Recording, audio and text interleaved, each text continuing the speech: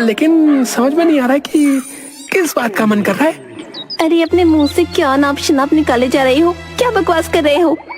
शर्मीली, जब घर में अनाज ज्यादा हो जाता है तब अपने घर में रात के समय गेहूं के ऊपर कौन कूदते हुए नजर आते हैं? इतनी सी बात को इतना लंबा चौड़ा करके क्यों बोल रहे हो आप? अरे सीधे सीधे ये क्यों नहीं कहते कि आपके पेट में चूहे दौड़ रहे हैं? तुमने बिल्कुल सही कहा शर्मीली, मेरे पेट में चूहे दौड़ रहे हैं। मुझे बहुत तेजी से भूख लगी है। वाह, वैसे तो तुम सब कुछ भूल जाते हो। आज तुम मेरा नाम भी नहीं भूले, और तो और हमेशा की तरह तुम खाना भी नहीं भूले। जल्दी से मेरे लिए एक थाली भोजन की लगाओ। घर में कुछ नहीं है, काम काज तो तुम करते नहीं हो। जाओ बाहर जाकर कुछ कमा कर लेकर आओ, खाना तभी बनेगा। मैं दूसरों के घर पर काम करते करते अब थक चुकी हूँ। और सुनो, अब इस घर में तभी घुसना जब जेब में तुम्हारे पैसा हो। इतना बोलकर शर्मीली ने धक्के देकर पुट्ठा को उसके ही घर से बाहर निकाल दिया। बाहर जाकर पुट्ठा क्रोधित होकर अपने घर की ओर देखकर बोला, ये कजरी भी ना अपने आप को पता नहीं क्या समझती है। अब मैं इस घर में अडानी या अंबानी बनकर ही लौटूंगा। हाँ। तभी पुट्ठा गहरी सोच में डूबता हुआ अपने आप से बोला, मैं तो ये भी भूल गया कि ये अडानी अंबानी कौन है भाई। पहले मैं पता करता हूँ कि आखिर ये है कौन। पुट्ठा एक बस के अंदर सवार हो गया। बस चलने के बाद कंडक्टर पुट्ठा के पास आकर बोला, हाँ जी, कहाँ जाना है आपको? ये तो मुझे भी नहीं पता कि मुझे कहाँ जाना है। मैं तो खेत में बैठा हुआ था और मुझे ऐसा लगा कि जैसे खेत अपने आप चलने लगा हो। अबे तेरा दिमाग तो ठीक है, हैं? तू खेत में नहीं, तू बस में बैठा है। अब जल्दी बता कहाँ जाना है? अरे कंडक्टर साहब, जहाँ इस बस का आखिरी स्टॉपेज हो वहाँ इस भुलक्कड़ को छोड़ देना। क्या मतलब? अरे ये मेरे गांव का पुट्ठा है, भुलक्कड़ नंबर 1। ये कभी कभी तो अपनी पत्नी को अपनी माँ समझ लेता है और कभी कभी पुलिस वालों को चोर समझ लेता है। अगर आप इससे ज्यादा उलझोगे तो ये पता नहीं आपको क्या समझ बैठे। उस व्यक्ति की बात सुनकर कंडक्टर डर गया और चुपचाप चला गया। कुछ घंटे बाद बस कासगंज में आकर रुक गई। जाओ भाई, अब शाम होने वाली है। खेत में जंगली जानवर घुस आते हैं। इससे पहले कुछ जंगली जानवर तुम्हें काट खाएं, तुम घर चले जाओ। पुट्ठा बस से नीचे उतर गया और इधर उधर देखने लगा। तभी उसकी नजर एक चाय की दुकान पर पड़ी, जहाँ पर गबरू उदास बैठा था। पुट्ठा सीधा गबरू के पास चला गया। मुझे तुमसे एक सवाल करना है भाई। अबे कौन है बे तू? पुट्ठा याद करते हुए बोला, ये तो मैं भूल गया कि मैं कौन हूँ। कौन हूँ मैं? अबे मुझे क्या पता कौन है बे तू, हैं? अबे चल ठीक है, ये बता क्या पूछना चाहता, चल। हाँ, मुझे याद आ गया। दरअसल मेरी दादी ने मुझे घर से बाहर निकाल दिया है और मैंने फैसला किया है कि मैं अडानी और अंबानी बनकर ही घर लौटूंगा। लेकिन मैं ये भूल गया कि आखिर अडानी और अंबानी हैं कौन। गबरू पुट्ठा को गौर से देखते हुए बोला, अबे ओ, तू ना मुझे कोई एक नंबर का मूर्ख मालूम पड़ता है, समझा? लेकिन तू टेंशन मत ले, मैं भी दिन भर अडानी और अंबानी बनने के सपने देखता रहता हूँ।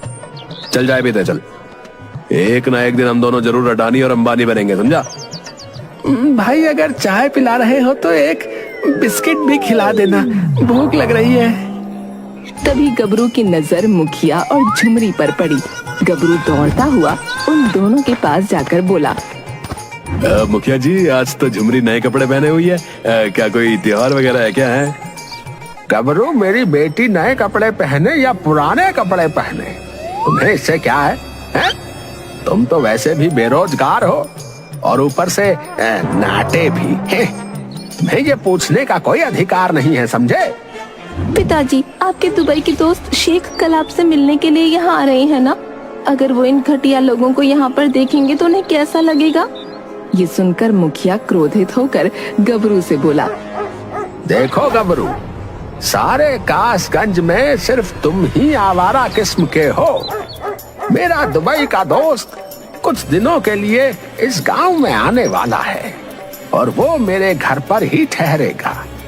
तो याद रखना, तुम और तुम्हारी चांडाल चौकड़ी इस गांव में नजर नहीं आनी चाहिए, समझे? इतना बोलकर मुखिया झुमरी के साथ वहाँ से चला गया और गबरू दोबारा चाय की दुकान पर बैठ गया। मुझे विश्वास था शर्मीली कि तुम मान जाओगी। आखिरकार तुमने मुझे चाय के साथ साथ बिस्किट भी खिलाई दिया। अब मुझे नींद आ रही है, लेकिन मुझे मेरा कमरा नजर नहीं आ रहा है। कहाँ है कमरा मेरा? अबे बुलक्कड़ के साथ साथ क्या पागल भी है क्या तू? अबे कौन शर्मीली बे? तू किसकी बात कर रहा है बे? गबरू की बात सुनकर पुट्ठा ने एक जोरदार चांटा गबरू के गाल पर जड़ दिया। तुम अपने पति से बात करने की तमीज भूल गई हो शर्मीली। अबे क्या पागल है क्या बे? हैं? एक तो तुझे मुफ्त की चाय पिलाई, बिस्कुट भी खिलाया, पैसे देने के बजाय मेरे गाल पर थप्पड़ मार रहा है। अबे चल भाग यहाँ से। ये सुनकर पुट्ठा का गुस्सा 7वें आसमान पर पहुंच गया। पुट्ठा ने एक ही हाथ से गबरू को उठा लिया। अरे इस मुस्टंडे के अंदर तो बहुत ताकत है। अगर इसने दूसरा चाटा गाल पर जड़ दिया तो मेरा तो राम नाम सत्य हो जाएगा। तभी गबरू के दिमाग में एक विचार आया। गबरू अपने मन में बोला, देखने में तो ये हट्टा कट्टा लग रहा है, ताकतवर भी लग रहा है, इससे कई काम लिए जा सकते हैं। हाँ, झुमरी बता रही थी कि कल दुबई का शेख मुखिया जी के घर पर रुकने वाला है। क्यों ना मैं दुबई के शेख को पटा लूं, शायद वो मुझे कुछ पैसे दे दे कारोबार के लिए। उनसे बोल दूंगा कि ये मेरा नौकर है। ठीक है भाई, ठीक है। अब मुझे नीचे उतार दो और इस झगड़े को खत्म करो। गबरू पुट्ठा को अपने घर पर लेकर आ गया। पुट्ठा जाते ही घोड़े बेचकर चारपाई पर सो गया। पता नहीं पागल लोगों में कितनी ताकत होती है?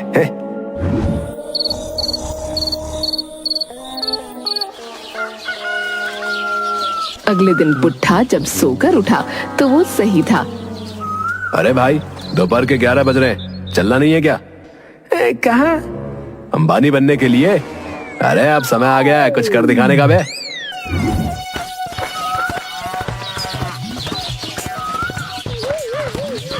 गबरू पुट्ठा को लेकर सीधे मुखिया के घर पर चला गया, जहाँ पर एक लंबा चौड़ा व्यक्ति शेख जैसे कपड़े पहने हुए था। मुखिया गबरू को देखकर चौंकते हुए बोला, अरे ओ गबरू, तुमसे मैंने कल मना किया था यहाँ आने के लिए, है? उसके बावजूद भी तुम यहाँ आ गए, और साथ में ये किस निठल्ले को लेकर आए हो तुम? है ये कोई निठल्ला नहीं है मुखिया जी, समझे? मेरा नौकर है, नौकर। नौकर? जहाँ तक मैं जानता हूँ तुम तो खुद दूसरों की नौकरी करते फिरते हो। बकवास मत करो मुखिया, मैं शेख साहब से कुछ बातें करने के लिए आया, समझे? तभी दुबई का शेख मुखिया की ओर देखकर बोला, ओए ओए, तुम्हारे कंट्री में लोग इतना छोटा होते और कुछ लोग इतना लंबा चौड़ा होती, ये तो गजब का कंट्री मालूम पड़ती। ओए ओए। मुखिया के बोलने से पहले ही गबरू हंसता हुआ शेख के पास आकर बोला, शेख साहब, हमारे कंट्री में जिन लोगों का कद छोटा होती उनकी बुद्धि बहुत ज्यादा तेज होती। फिर तो हमको मजा आ जाती, हम ऐसे लोगों के साथ काम करना चाहती और यहाँ से सैकड़ों रुपए कमा के अपनी कंट्री ले जाना चाहती। अरे शेख साहब, काहे को तुम इनकी बातों में आती है? ये तुम्हें बर्बाद करके भाग जाती। नहीं नहीं मुखिया, हम बहुत बड़ा दुबई में व्यापारी होती। इस नाटे को देखकर ही हम बेचैन गई कि इसमें गजब की बुद्धि होती। हम कुछ देर इसके साथ बाहर होकर आती, तब तक तुम हमारे लिए खाना बनाती। शेख गबरू और पुट्ठा के साथ बाहर निकल गया। गबरू दुबई के शेख को चाय की दुकान पर लेकर आ गया और चाय के दुकानदार से बोला, हमारे दोस्त दुबई के शेख के लिए मलाई वाली जल्दी से चाय तैयार करती। दुकानदार ने शेख को मलाई वाली चाय पकड़ा दी। ओए ओए, इस चाय का स्वाद तो बहुत अलग मालूम पड़ती। अब हम तुमको जल्दी से बताती कि हम किस जगह अपना पैसा इन्वेस्ट करती। ओए ओए, इससे हमको बहुत सारा मुनाफा होती। मेरे दिमाग में एक योजना आती शेख साहब, ये इंडिया होती और यहाँ पर खाने में छोले भटूरे बहुत पसंद करी जाती। आप मुझे इतना पैसा देती कि मैं छोले भटूरे की दुकान खोलती और शाम को आपको पैसों की गड्डी पकड़ाती। गबरू की बात सुनकर दुबई के शेख ने तुरंत एक नोटों की गड्डी गबरू को पकड़ाते हुए कहा, ओए ओए, ओए, तुम कल ही दुकान खोलती और छोले भटूरे बेचकर हमको प्रॉफिट पकड़ाती। पैसे देखकर गबरू खुश हो गया।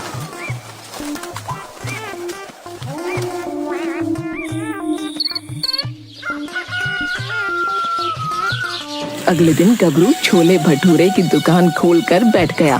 तभी वहाँ पर दुबई का शेख आ गया।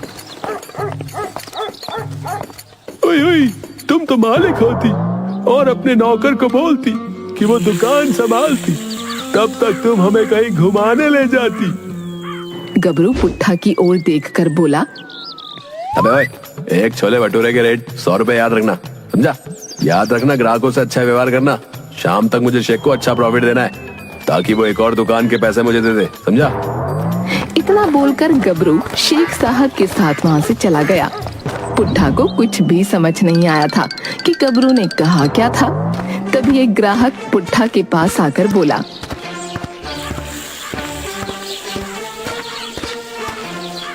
लगता है ये नई दुकान है। एक छोला भटूरा कितने का है? पुट्ठा उस ग्राहक को बहुत ही गौर से देखने लगा। अचानक उसने एक जोरदार चांटा उस ग्राहक के गाल पर जड़ दिया। मार क्यों रहा है भाई? एक पति अपनी पत्नी से पैसे लेगा क्या? है? मैं तुम्हारी तरह नहीं हूँ शर्मीली। लगता है कोई पागल है। अरे भाई, तो मुझे मुफ्त में दे दो। पुट्ठा ने मुस्कुराते हुए उस ग्राहक को छोले भटूरे पकड़ा दिए। शाम तक पुट्ठा ने सारे छोले भटूरे गांव वालों को मुफ्त में बांट दिए कि वो भूल चुका था कि उसे पैसे भी लेने हैं। शाम को गबरू शेख के साथ वहां आकर पुट्ठा से बोला, अबे ओ, कितने की बिक्री हुई? बकरी? तुमने मुझे कब बकरी दी थी? अबे शाम तक तूने कितने छोले भटूरे बेचे?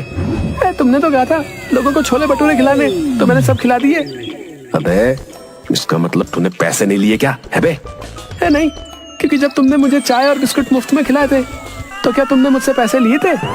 गबरू सर पकड़कर बैठकर चीखते हुए बोला, अबे मुझे बर्बाद कर दिया। ओए ओए, क्या बात होती? तुम क्यों रोती? हमको हमारा प्रॉफिट का पैसा कब देती? गबरू अपने मन में बोला, अब इस मूर्ख को कैसे समझाऊं कि इसका पैसा इस भुलक्कड़ ने दोनों हाथों से लुटा दिया है। संपत और कप्ता काफी देर से गबरू और शेख को देख रहे थे। वो दोनों गबरू के पास आ गए। संपत गबरू के कान में बोला, अबे ओ, तुम एक नंबर के मूर्ख हो गबरू। क्या कहना चाहते हो संपत भाई? अरे एक नई कंपनी आई है, चिट फंड कंपनी। तुम दुबई के शेख का पैसा उसमें इन्वेस्ट करवाओ, 10 दिन के अंदर पैसे डबल। क्या तुम सच बोल रहे हो? अगर मेरी बात का विश्वास नहीं आता तो कप्तान से पूछ लो। संपत भाई कभी झूठ नहीं बोलते गबरू। तुम चाहो तो हम अभी के अभी इसी वक्त तुम्हें उस कंपनी के ऑफिस में ले जा सकते हैं। ओए ओए, ये तुम दोनों चुपके चुपके क्या बातें करती? हमको भी बताओ। ओए शेख साहब, अगर आपके पास एक ऐसी मशीन आ जाए जिससे आपका पैसा डबल हो जाए तो आपको कैसा लगेगा? हमको तुम्हारी कोई भाषा समझ नहीं आती, हमको हमारी भाषा में समझाती।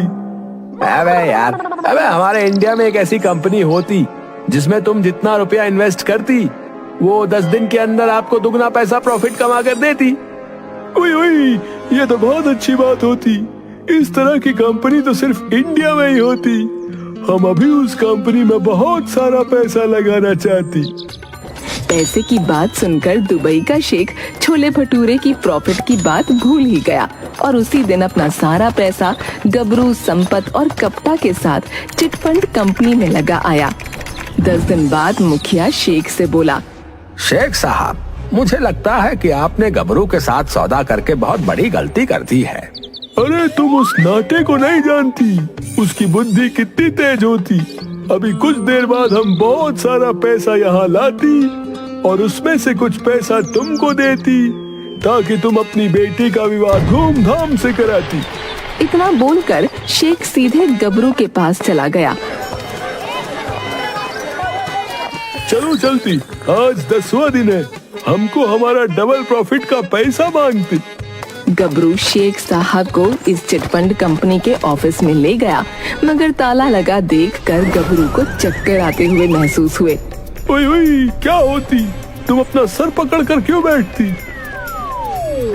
नथनिया, मुझे याद आ गया कि मैं कहाँ रहता हूँ। मुझे अपनी पत्नी की याद आ रही है। अबे वो मुंह बंद कर, मेरा नाम नथनिया नहीं है, गबरू है, समझा? लेकिन मुझे मेरी नानी याद आ गई। मुझे तो लगता है कि संपत और कप्ता ने मुझे चूना लगा दिया। तभी गबरू के कानों में इंस्पेक्टर की आवाज टकराई। अरे तन्ने बिल्कुल सही कहा रे नाट्य गबरू। ये संपत और कप्ता जो है पिछले 10 दिनों से फरार हैं। न जाने कितने लोगों के पैसे लेकर कोई चिटफंड कंपनी नाम की फ्रॉड कंपनी खोली थी उन्होंने। यह आवाज सुनकर दुबई के शेख को चक्कर आते हुए से महसूस होने लगे। ओए ओए, हम तो बर्बाद हो गए। अब हम क्या करती? हमारे पास तो हमारा कंट्री में जाने का किराया तक नहीं बचती। अरे क्यों रे? अरे तुम अपने आप को बहुत ज्यादा अक्लमंद समझती है भाई। तभी वहाँ पर शर्मीली आ गई। सत्यानाश जाए तुम्हारा, कहाँ कहाँ नहीं ढूंढा तुम्हें। वो तो भला हो हमारे गांव के उस व्यक्ति का जिसने बताया कि बस ने तुम्हें कासगंज में उतार दिया था। पिछले 2 दिनों से तलाश रही हूँ तुम्हें। अरे ये भुलक्कड़ निठल्ला तुम्हारा पति है, इसे मेरी आंखों के सामने से दूर ले जाओ। सब कुछ इसी की वजह से हुआ है। ना ये मुफ्त में छोले भटूरे बांटता और ना मैं संपत और कप्ता की बातों में आता। अबे 1.5 फुटिए, ज्यादा बकबक मत कर, आगे ही दिमाग का दही हो रखा है। चल हट आगे से। शर्मीली अपने पति पुट्ठा को वहाँ से ले गई। शेख रोता हुआ गबरू से बोला, तुम हमको बर्बाद कर देती, अब हम क्या करती? अरे अब जब तक संपत और कप्ता पकड़ा न जाती तब तक तुम अपना पैसा भूल जाती। गबरी, हम तुमको नहीं छोड़ती, हम तुमको मार डालती। इतना बोलकर शेख गबरू के पीछे भागने लगा।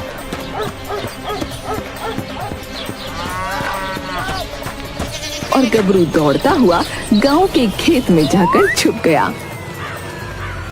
बहुत देर से मेरा कुछ करने का मन कर रहा है, लेकिन समझ में नहीं आ रहा है कि किस बात का मन कर रहा है। अरे अपने मुंह से क्या नाप शनाप निकाले जा रहे हो? क्या बकवास कर रहे हो? शर्मीली, जब घर में अनाज ज्यादा हो जाता है तब अपने घर में रात के समय गेहूं के ऊपर कौन कूदते हुए नजर आते हैं? इतनी सी बात को इतना लंबा चौड़ा करके क्यों बोल रहे हो आप? अरे सीधे सीधे ये क्यों नहीं कहते कि आपके पेट में चूहे दौड़ रहे हैं? तुमने बिल्कुल सही कहा शर्मीली, मेरे पेट में चूहे दौड़ रहे हैं। मुझे बहुत तेजी से भूख लगी है। वाह, वैसे तो तुम सब कुछ भूल जाते हो। आज तुम मेरा नाम भी नहीं भूले, और तो और हमेशा की तरह तुम खाना भी नहीं भूले। जल्दी से मेरे लिए एक थाली भोजन की लगाओ। घर में कुछ नहीं है, काम काज तो तुम करते नहीं हो। जाओ बाहर जाकर कुछ कमा कर लेकर आओ, खाना तभी बनेगा। मैं दूसरों के घर पर काम करते करते अब थक चुकी हूँ। और सुनो, अब इस घर में तभी घुसना जब जेब में तुम्हारे पैसा हो। इतना बोलकर शर्मीली ने धक्के देकर पुट्ठा को उसके ही घर से बाहर निकाल दिया। बाहर जाकर पुट्ठा क्रोधित होकर अपने घर की ओर देखकर बोला, ये कजरी भी ना अपने आप को पता नहीं क्या समझती है। अब मैं इस घर में अडानी या अंबानी बनकर ही लौटूंगा। हाँ। तभी पुट्ठा गहरी सोच में डूबता हुआ अपने आप से बोला, मैं तो ये भी भूल गया कि ये अडानी अंबानी कौन है भाई। पहले मैं पता करता हूँ कि आखिर ये है कौन। पुट्ठा एक बस के अंदर सवार हो गया। बस चलने के बाद कंडक्टर पुट्ठा के पास आकर बोला, हाँ जी, कहाँ जाना है आपको? ये तो मुझे भी नहीं पता कि मुझे कहाँ जाना है। मैं तो खेत में बैठा हुआ था और मुझे ऐसा लगा कि जैसे खेत अपने आप चलने लगा हो। अबे तेरा दिमाग तो ठीक है, हैं? तू खेत में नहीं, तू बस में बैठा है। अब जल्दी बता कहाँ जाना है? अरे कंडक्टर साहब, जहाँ इस बस का आखिरी स्टॉपेज हो वहाँ इस भुलक्कड़ को छोड़ देना। क्या मतलब? अरे ये मेरे गांव का पुट्ठा है, भुलक्कड़ नंबर 1। ये कभी कभी तो अपनी पत्नी को अपनी माँ समझ लेता है और कभी कभी पुलिस वालों को चोर समझ लेता है। अगर आप इससे ज्यादा उलझोगे तो ये पता नहीं आपको क्या समझ बैठे। उस व्यक्ति की बात सुनकर कंडक्टर डर गया और चुपचाप चला गया। कुछ घंटे बाद बस कासगंज में आकर रुक गई। जाओ भाई, अब शाम होने वाली है। खेत में जंगली जानवर घुस आते हैं। इससे पहले कुछ जंगली जानवर तुम्हें काट खाए, तुम घर चले जाओ। पुट्ठा बस से नीचे उतर गया और इधर उधर देखने लगा। तभी उसकी नजर एक चाय की दुकान पर पड़ी, जहाँ पर गबरू उदास बैठा था। पुट्ठा सीधा गबरू के पास चला गया। मुझे तुमसे एक सवाल करना है भाई। अबे कौन है बे तू? पुट्ठा याद करते हुए बोला, ये तो मैं भूल गया कि मैं कौन हूँ। कौन हूँ मैं?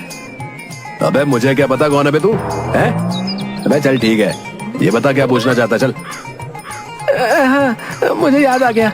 दरअसल मेरी दादी ने मुझे घर से बाहर निकाल दिया है और मैंने फैसला किया है कि मैं अडानी और अंबानी बनकर ही घर लौटूंगा। लेकिन मैं ये भूल गया कि आखिर अडानी और अंबानी हैं कौन। गबरू पुट्ठा को गौर से देखते हुए बोला। अबे ओ, तू ना मुझे कोई एक नंबर का मूर्ख मालूम पड़ता है, समझा? लेकिन तू टेंशन मत ले, मैं भी दिन भर अडानी और अंबानी बनने के सपने देखता रहता हूँ। चल जाए पीते चल, एक ना एक दिन हम दोनों जरूर अडानी और अंबानी बनेंगे, समझा? भाई अगर चाय पिला रहे हो तो एक बिस्किट भी खिला देना, भूख लग रही है। तभी गबरू की नजर मुखिया और झुमरी पर पड़ी। गबरू दौड़ता हुआ उन दोनों के पास जाकर बोला। मुखिया जी, आज तो झुमरी नए कपड़े पहने हुई है, क्या कोई त्योहार वगैरह है क्या? है गबरू, मेरी बेटी नए कपड़े पहने या पुराने कपड़े पहने, तुम्हें इससे क्या है? तुम तो वैसे भी बेरोजगार हो और ऊपर से नाटे भी हैं। तुम्हें ये पूछने का कोई अधिकार नहीं है, समझे? पिताजी, आपके दुबई के दोस्त शेख कल आपसे मिलने के लिए यहाँ आ रहे हैं ना? अगर वो इन घटिया लोगों को यहाँ पर देखेंगे तो उन्हें कैसा लगेगा? ये सुनकर मुखिया क्रोधित होकर गबरू से बोला। देखो गबरू, सारे कासगंज में सिर्फ तुम ही आवारा किस्म के हो।